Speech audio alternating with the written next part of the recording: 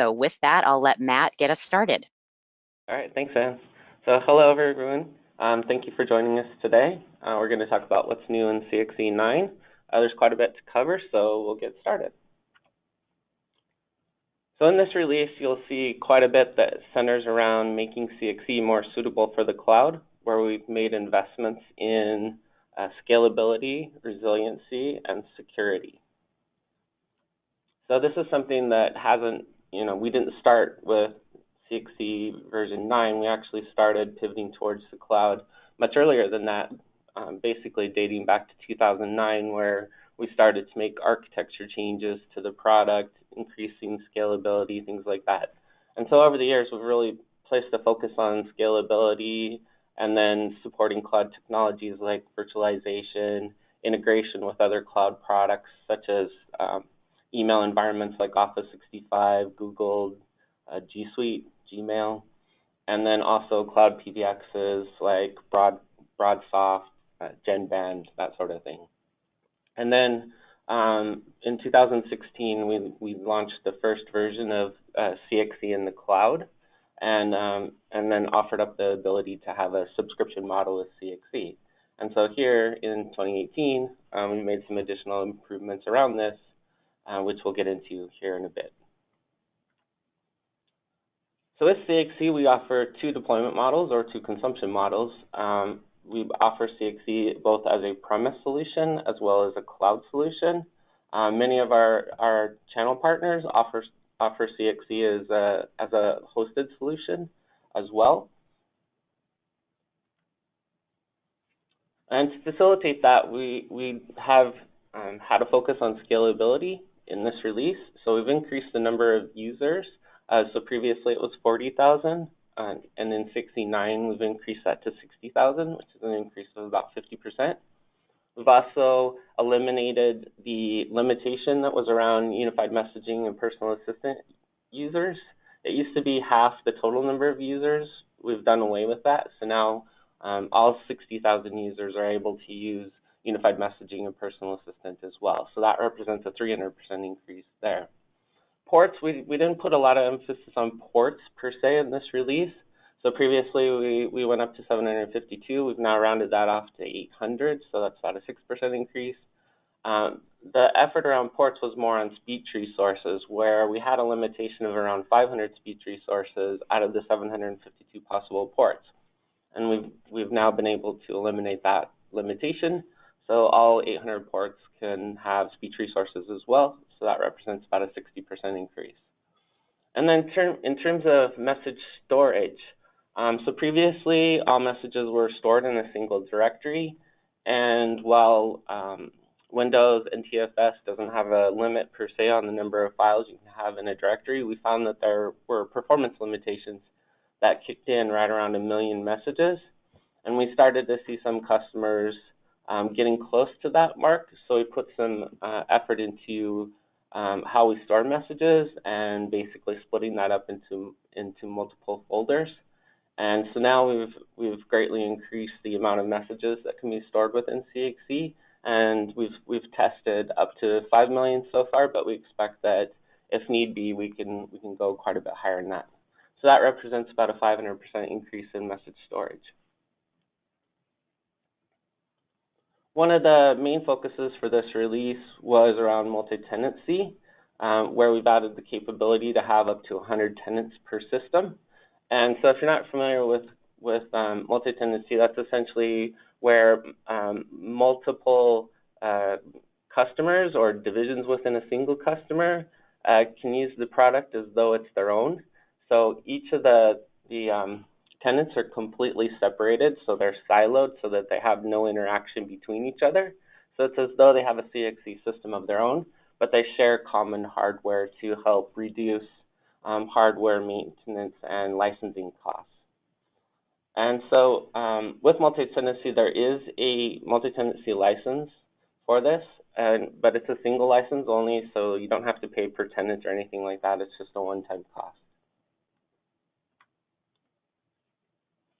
In this release, we've also focused on encryption of messages at rest on the system. And so we evaluated whether to leverage an existing solution like Microsoft Windows encrypting file system or come up with our own solution. And we found that the Microsoft Windows encrypting file system is actually a quite good solution, so we focused our efforts around that and leveraging that to provide the capabilities for CXC. It has really good capabilities for managing keys as well as managing the accounts that have access to encrypted files, and also for key recovery if need be. And so with CXC9, we now support using Microsoft DFS to encrypt essentially the message storage, both on the system server and the call servers. So the system server is where the primary storage of messages reside, and then on the call servers, we cache messages typically as they come in for some period of time, just to make it so that there's not as much traffic going between the system server and call servers. So we support encryption of both those locations in this release. So with that, we've really now completed our sort of end-to-end secure messaging story. So by supporting encryption of messages when they're at rest, that's the storage piece of things. Previously, we've already supported encryption of message as they are in transport, whether that transport is to one of our client applications or to a third-party application, such as an email system for unified messaging capabilities. We've had the ability to secure those messages in transport. And then also from the endpoints. Our endpoints, like the mobile and web clients, will basically stream the message rather than download and play it. And so that really helps secure the message. And then finally, we also have, from the security perspective, is that if you mark a message private, then you're not able to forward those messages internally or externally as well. And we have some additional improvements around that area that I'll talk about here in a bit. Okay, so shifting gears a bit, Microsoft, they have made a push and changed their focus to the cloud, and so they're moving a lot of their customers to Office 365. But not everybody's ready to go to the cloud or may not want to go to the cloud at all. But one of the things Microsoft has done is they've announced the discontinuation of support for session border controllers with Exchange Online Unified Messaging. So what that means is that if you were an Exchange Online Unified Messaging customer and you had a PBX on-premise and you were connecting that PBX to Exchange Online, they've basically discontinued support for that, or they are discontinuing support for that. They've announced that that will be discontinued in July of this year, and they created a nice blog post that explains different options that customers have in terms of how to resolve this. Most of those options center around either moving to their cloud PBX, which now is kind of fuzzy because it looks like that's going to move into Microsoft Teams, or deploying Skype for Business on-premise, which some customers will certainly do. However, not a lot of them are not ready to move to Skype for Business as their PBX on-premise due to limitations within that. So they offered other options as well, and we actually worked with Microsoft a bit on this to offer CXC as one of the options as well. And so one of the things that we've done by working with Microsoft is we've made it so that with the unified messaging solution in CXC, we have the ability to store messages in Exchange Online or on-premise with the same message classes that Microsoft uses for their unified messaging offering. And the benefit of that is that now we will be able to support viewing messages that were created by CXC and stored in Exchange or Office 365. You'll be able to view those messages within the Microsoft's Outlook forms. So anybody that was using Exchange Online and was already using those forms will now be able to continue to use those even if even if they've made the shift to using CXC as a way of receiving the messages and storing them into Office 365. So there will be some minor limitations to using the Microsoft Outlook forms, but all the basics are there in terms of being able to play and delete and whatnot. Of course, we will continue to offer the Outlook forms that AVST creates as an alternative. Those are a little bit more robust, but all the basic functionality is there with the Microsoft forms. So with CXC 9, we now support Windows Server 2016. This is both for installing CXC directly on a Windows Server 2016 support as well as Hyper-V 2016. So you can run CXC in a virtual machine on a Hyper-V 2016 host. So all configurations of CXC are supported in either deployment scenario. So you can, and you can pick and choose which ones you want to put on directly on servers or run in virtual machines.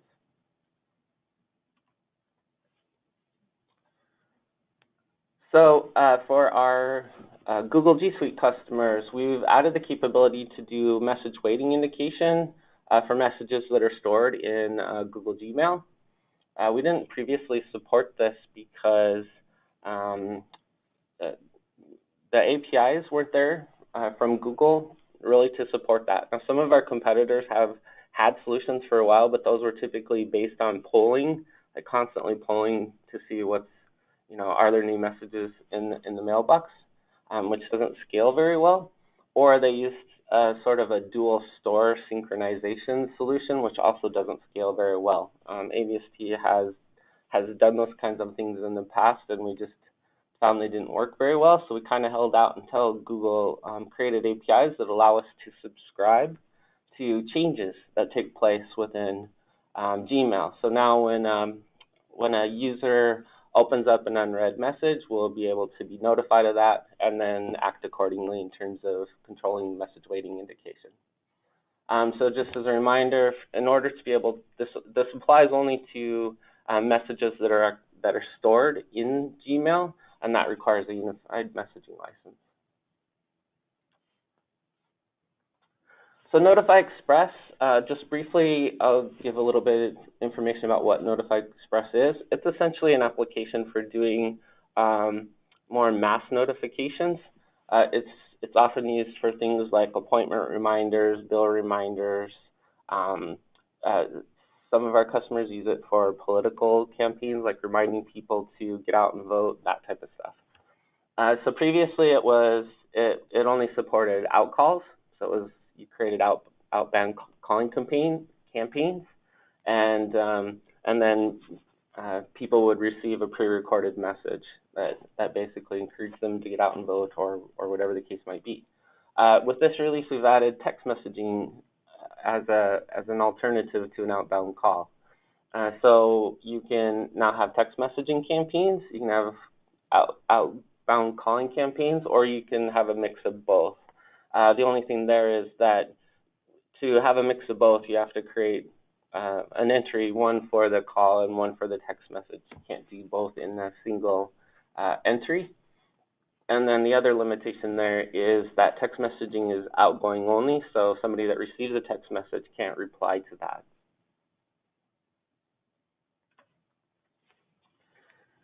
So TeamQ is our call center application. We call it an informal call center application that's designed for smaller teams and not so much larger contact center solutions.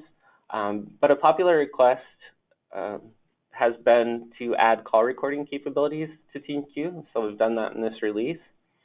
And so we've done that in sort of two ways. The first is the administrator can control what calls are recorded, and they can set it up so that all calls are recorded for certain teams or certain agents, or a combination of the two. The other way that it can be done is you can give control to an agent, where an agent can decide whether or not to record a call or not. And so what TeamQ will do is it will record all calls in the background, and then as an agent is on a call, if the call becomes, let's call it interesting, for whatever reason, then the agent can decide to save that call or not. And so if they don't save a call, then eventually it gets discarded, and then it only saves the ones that the agents choose to do. And you can mix and match between the administrator control and the agent control. So that's basic call recording capabilities. Administrators have a way to access the recorded calls. Agents themselves don't in this release, but administrators do. However, it's a little bit limited in terms of what they can do with those. So we've partnered with a company called Envision to provide more advanced call recording options if that's something you need, such as being able to take a recording and turning it into an e-learning opportunity. So one of the changes that we did in TeamQ to facilitate call recording is we added the ability for, within a UC Connect application, to be able to basically what we call a join call, make a join call, which is, so when the call comes into the system, represented by the blue arrow here, then we're able to join that call out onto another port and deliver the call to the agent, where CXC remains in the middle of that transaction or that conversation, so that it can record the call as the agent is talking with the caller. So another side benefit to that is now we're able to, by joining calls, we're able to provide positive disconnect in TeamQ. So previously, when an agent finished a call, they had to press a button to notify TeamQ that they were ready for another call. But now with this, we'll be able to monitor whether the agent is still on a call or not, and be able to deliver the next call without them having to press a button. And this will be possible whether you do call recording or not. Choosing to do join calls is an independent thing that you can decide. So in the area of resiliency, we've updated the Neverfail solution that's part of CXC to version 8.1. So with the new version, it comes with a new web-based interface to replace the older Windows interface. They've made a number of performance improvements to make it a bit more efficient. They've improved their integration with VMware vCenter, and they've added they've expanded their deployment options, to include physical to physical, Hyper-V, and manual cloning. So there's a number of nice improvements around Neverfail. So I mentioned private messaging previously. We've made a few enhancements in this area. So basically, a private message is when you go to send a message, you can mark it private, and then CXC will not allow the receiver to forward that message to anyone else. So essentially, it's marking it as confidential. So one of the issues with that previously is that even though CXC wouldn't let them forward it, it didn't tell the recipient that the message was marked private.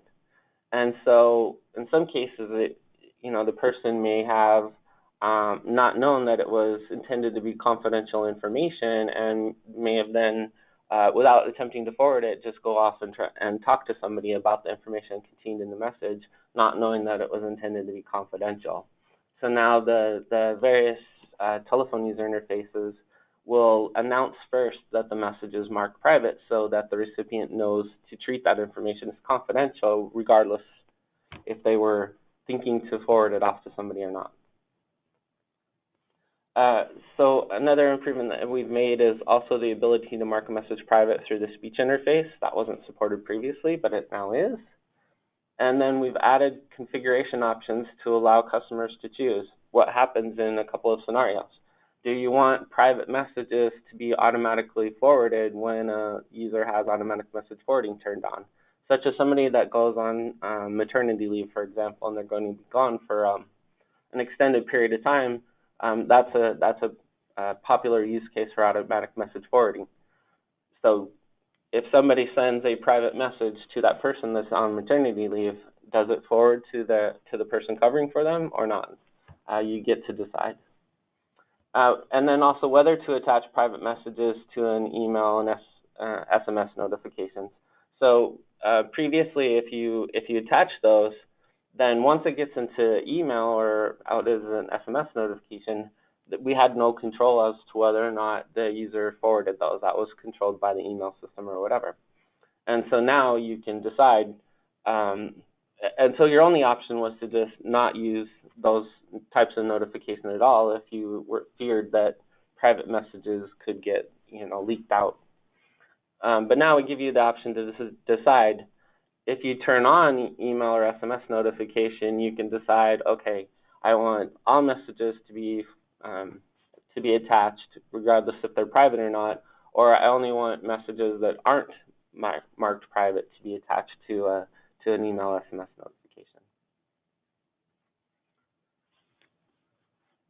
So Voicebase, this is a new voicemail to text service provider that we've partnered with, and we will be offering in conjunction with CXC9. So they are a cloud-based voicemail to text service provider, and so essentially CXC sends a message off to Voicebase out in the cloud to have it transcribed.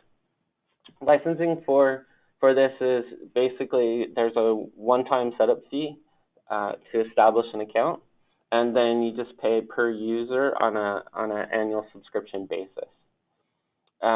So currently, Voicebase only supports English, but we're expecting that they will offer more languages in the not-too-distant future as well, such as Spanish, etc. And then for people who have Mutari currently, they're using the Mutari solution that we've been offering.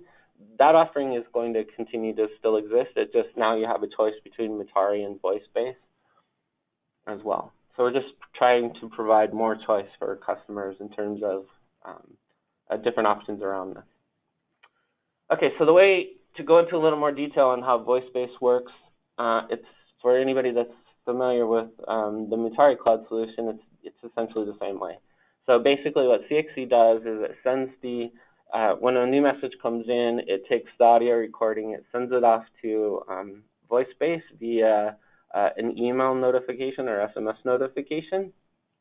Voicebase receives that, it does the transcription, and then it sends it to the user's email account directly. So it doesn't come back to CXC, it just goes straight into the user's email account. And then they have an email message that has both the audio attached as well as the transcription. Okay, so other features, these are just ones that, it's kind of hard to justify a full slide of their own, but certainly they're nice improvements as well. I'm going to skip the first one and do that one last. The second bullet, German ASR. So we've supported a number of speech recognition languages already, such as, obviously English, Spanish, French. Now we're expanding into some more of the European languages, and we've tackled German. Although we believe there's opportunities in the United States as well as worldwide for people to use German speech recognition. We've added the reply all capability to the original TUIs in CXC. So we previously supported this in the web client, the mobile client, and some of the other TUIs. Now we've added it to the original TUI. And so reply all is a good way of doing like group voice messaging capabilities, and so we're trying to complete our story around that. The next item is announcement of auto logon mailbox name. This one goes in conjunction with the next one, which is replace security code prompting. So basically, so for people who manage more than one mailbox, and I'll use the traditional boss secretary scenario. So when the secretary would go to check the voicemail for the boss, the secretary would dial into CXC, they would hear, please enter your security code, and thinking that they want to log on to the boss's mailbox, enters the boss's security code, but lo and behold, it doesn't work because CXC knows that the secretary is calling from his or her phone and is asking for their security code, not the boss's. And so the secretary thinks, oh, I must have mistyped it, so they try it again, it didn't work, and eventually they lock themselves out of their own mailbox. So what we've done is we've inserted so CXC will now announce the name of the mailbox prior to prompting for security code. So it'll say, "Hello, Matt Sawyer, please enter your security code." So the second piece of that is, again, for people who have to manage more than one mailbox, since CXC is trying to log you on, how do you get to the boss's mailbox? And so now you can replace that security code to say something like, to log on to a mailbox other than your own, press *3. Otherwise, please enter your security code. And we made this a replaceable security code prompt because the actual key combination is not fixed. You get to decide what that key combination is, so we needed to make that a prompt that you can replace with your own. Next time, control over operator prompting. So over the years, this has been a popular request as well. So in different situations, when CXC is taking a call, it would announce to callers that they could press 0 or say operator to get to an operator. And quite a few customers wanted the option to suppress that prompting or not have that option to do it. And so what we've done is we've added a configuration setting that will allow you to suppress the operator prompting. And so the caller will still have the option to press 0 or say operator to get to the operator. It's just that they won't be prompted that that's an option for them. Speech calls now honor the subscriber directory setting. So essentially, there's speech traditionally had one setting to determine whether or not somebody would be recognized in the system or not, both from the auto attendant as well as from other subscribers. And we're in the process of changing that so that it works more like the telephone user interface where there's independent controls for that. We've done one, and for 90SU1, where we should complete the other. And so we'll be able to have independent controls for those. Excuse me. And then the bottom bullet there is we've added the ability to create a message from the Intuity Audix TUI forward and respond menu. That's an option that an Audix system had, but for whatever reason we chose not to emulate initially. But we've had some requests for that, so we've added that capability. So now let's get back up to the top bullet here. So in this release, you'll see that there's a new web client for end users. So Web Phone Manager, the previous one, or is still the current one, is part of the 9.0 release, and it is the primary web client. But we are working on a replacement for Web Phone Manager. So we're creating a whole new web client for end users from the ground up that's based on HTML5 and uses current web technologies like HTML audio for playback instead of Flash, so that it works on Apple devices. We're adding capabilities like speed control, the ability to record a message or whatever offline using, just the recorder application in Windows or some other application, and then taking that audio file and uploading and sending it out as a message. So the new web client has some of those types of capabilities. The reason we're calling it a preview is because it's not yet a full replacement for Web Phone Manager. It doesn't have any of the user settings stuff, so users aren't able to go in and change their messaging preferences and set their availability and those types of things. But it does have all the messaging capabilities. So it's at the moment, it's basically just a visual voicemail client application. And so you can play, record, delete all your messages. It's just that users don't have the ability to do any of their mailbox settings with this new client. And so it's fully formed in terms of being a visual voicemail client. It's ready for production use. We actually have delivered it to a couple customers that needed some of the functionality that's provided in it. But like I said, it just doesn't have the mailbox settings. And then also we wanted to get it out there so that people can take advantage of it for situations where maybe they have people that have Apple devices that can't use Web Phone Manager today, so they'll be able to use the new client And then also we're hoping that people will provide feedback on it, as we continue to develop it. Okay, so we'll take a quick break to do a poll question here. So as we're developing new applications or replacement applications like the new web client, we are very much interested in working with our customers to get feedback, to collect their opinions and whatnot around things. And so we'd like to ask you, are you interested in participating in future product feedback sessions? And so we'll do a poll question here real fast on that. Yeah, Anne, let me know. Yeah, it's launched, so it looks like maybe we'll give it a few more seconds here to make sure people have enough time to vote, just in case they're listening and didn't see the pop-up. It looks like about half the people have voted, so we'll just give it another minute here to collect. Yeah, so we have a number of customers that we work with today already. We have something called the Customer Advisory Council that we often talk to about things, but that's we try not to hammer them too much because they are volunteers. And so we're looking just to expand our potential audience so that we can sort of, get a more diverse feel, in terms of feedback on the product, as well as, not hit the same people all the time, and give other people the opportunity to provide feedback on the product directly to product management and our UX designers, if they so choose. Okay, looks like almost everyone voted, so you're good, Matt, to go back to the next slide.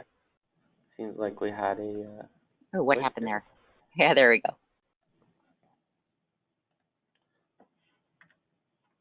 Okay, so in this release, we do have some features that we unfortunately need to deprecate. Deprecate basically just means that we are freezing them. We're not investing in them any longer. Eventually, they'll go away, but they're not. They're still in this version and fully supported. So essentially, it's just we're announcing that with CXC 9, it's going to be the last version to support Microsoft Exchange 2007 and Office 2007. Microsoft will soon no longer support those. And so typically we just try to support the same versions that Microsoft does. And similar for IBM Notes, they no longer support version 8, and so we're deprecating that. So you can, Notes 8 is still supported in version 9, but it's soon going to go away. But as far as things that no longer work in CXC 9, there are a couple of things. So CXC does not support Mitel, My Voice Business, MiTi integrations. So if you are using MiTi, you will need to switch to a different integration before you upgrade to CXC 9. And for our customers that do have MiTi, we do offer we will offer them a free integration to another integration type, such as the My Voice Business SIP integration, which we worked with Mitel to create. And that's the one that we recommend as far as the replacement for MiTi. So some other things that are being discontinued in this release are the Kinesis, Repartee, and OS2 migration utilities. We just don't see any migrations from these anymore. So basically, it's time to discontinue that from the product. However, if there is a situation where somebody does need to migrate from one of those, they can still be done through our Pro Services team. Okay, with that, I will open it up for questions. Okay, thanks, Matt. So just a reminder, if you'd like to submit a question, you may have it, the webinar options minimized. Use the orange arrow in the upper corner, and then you should be able to see the panel and the question boxes toward the bottom there. First question, are the private messages delivered via email in a server-based integration? Okay, so we have the ability to keep private messages locally on the CXC system. There's an option that we added in a previous release to keep them local. So when a private message comes in, when a non-private message comes in, we would, of course, send it to the email server and store it there. When a private message comes in, you'll have the option to keep that local, and in that case, so when it's kept local, we will only deliver an email notification to the email system that says, you have a new message, and please, call in to retrieve that message, essentially. And you have the ability to edit what the message says exactly in terms of you can add the phone number for your system to that to make it easier for users. Okay, next question. Is the upgrade free for Express Care and Premium Express Care customers? Yes, certainly. All upgrades are free for customers that have an active Express Care maintenance plan. And I think, by the way, I'll jump in on this one. I know there's occasionally been confusion on that. The software upgrade is free from AVST, but if there are any services required either with AVST or the reseller to install, then it wouldn't be free, or it might not be free. So you should check with your reseller on that, just to be clear. Yeah, and we also, I would say that I also recommend that regardless if you plan, not all customers upgrade to every release. A lot of the larger enterprises tend to skip a release or two and upgrade every 2 to 3 years.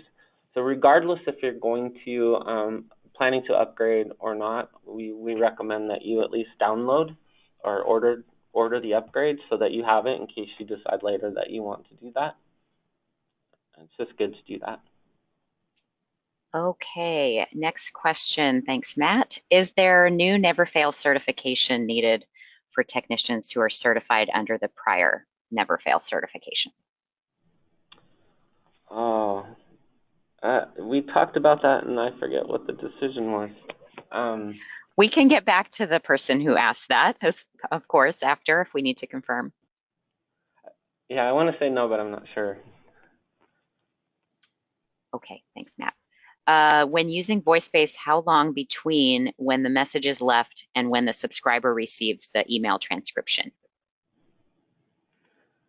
So it typically isn't too long. It's usually not going to be more than like a minute or two between the time the message comes in and the transcription gets delivered.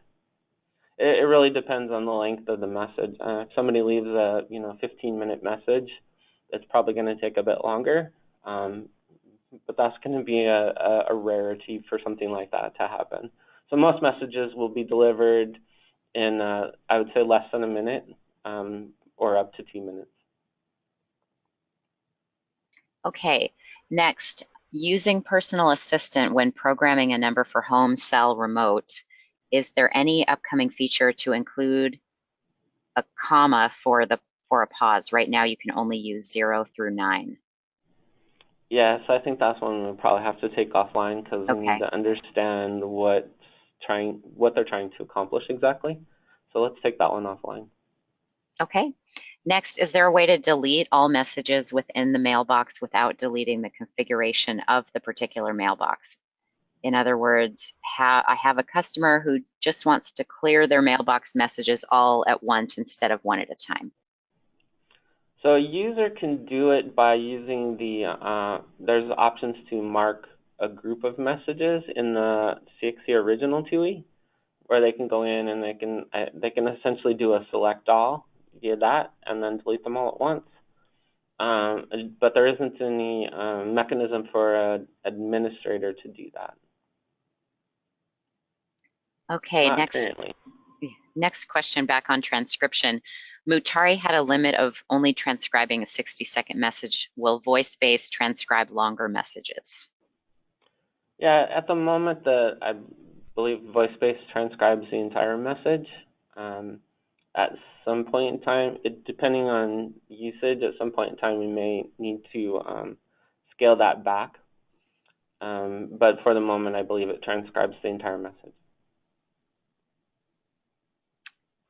Okay, is there more detailed information available about the multi-tenancy feature? Is that covered in the SRN, maybe? Yeah, so there's information in the software release notice. There's also information contained in the installation guide that comes with CXC 9. If you have more specific questions, then certainly you can probably talk to your AVST sales rep, and we can set up a a session with one of our sales engineers that can run through it in more detail. Okay, thanks, Matt. Mm-hmm. Next question, is there any additional hardware or licensing required to enable text messaging on Notify Express? So the only thing that's necessary to do text messaging on Notify Express is that you need to create a SMS service provider in CXC, and so we had some traditional ones where you could use like SMPP, different protocols like that to talk to traditional SMS service providers. More recently, we added support for some of the cloud SMS providers like Twilio. So you can set up a service provider that will send SMS messages to Twilio. And then as far as paying for like usage of Twilio, that's, the customer would pay Twilio directly for actual usage for the messages that are sent. And then Notify Express just leverages the whatever SMS service provider that you've created within CXC. Okay. Thanks, Matt. I'm just doing a quick scroll, and it looks like we got to all the questions. However, I will make sure that Matt gets a copy of all the questions along with the person who asked them, just in case further clarification is needed. So once again, want to thank you all for joining us. Thank Matt for presenting. Thanks, Matt. And as I mentioned at the beginning, we will send out a follow-up email later today, which will have these slides as well as a link to the recording. And Matt, I could probably throw the SRN in with that. I don't know if that's, people can obviously contact their reseller or their AVST rep to get that as well, but I don't think there's a reason why not to, unless you think so. No, it's fine. Okay, all right, great. I'll throw that in as well for those of you who had questions that might be further answered in that document. So have a great day, everyone, and thanks again for joining us. To learn more about AVST, please visit www.avst.com.